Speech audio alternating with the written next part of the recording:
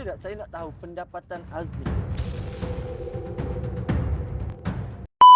Okey, yang ni adalah kali ni saya nak terjah Azim. Allah Azim. Masya Allah. Okey, ni kereta Azim yang mana hari tu kan saya ada buat 2 konten yang mana ni adalah kereta Azim yang mana dia alhamdulillah lah dengan hasil berkat usaha dan berkat doa ibu akhirnya beliau dapat beli sebiji kereta yang mana kereta yang sangat-sangat beliau idamkan lah. Dan kereta ni saya rasa bukan semua orang yang boleh memiliki dengan izin Allah lah. Okey Azim, saya nak tanya Azim, sebelum Azim bekerja dengan Raja Perfume, Azim kerja mana? Sebelum sini banyak kerja tak tetap pun saya. Jual burger. Last kali kerja kedai makan lah.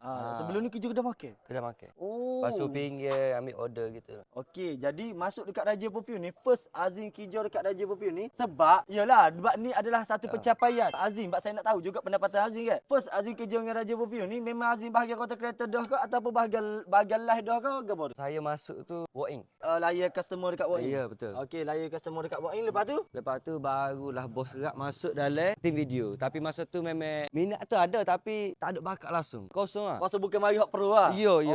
Jadi alhamdulillah lah setelah berada dekat Raja Perfume yang mana pencapaian Azim tiap-tiap bulan boleh bagi duit dekat mak ayah berapa?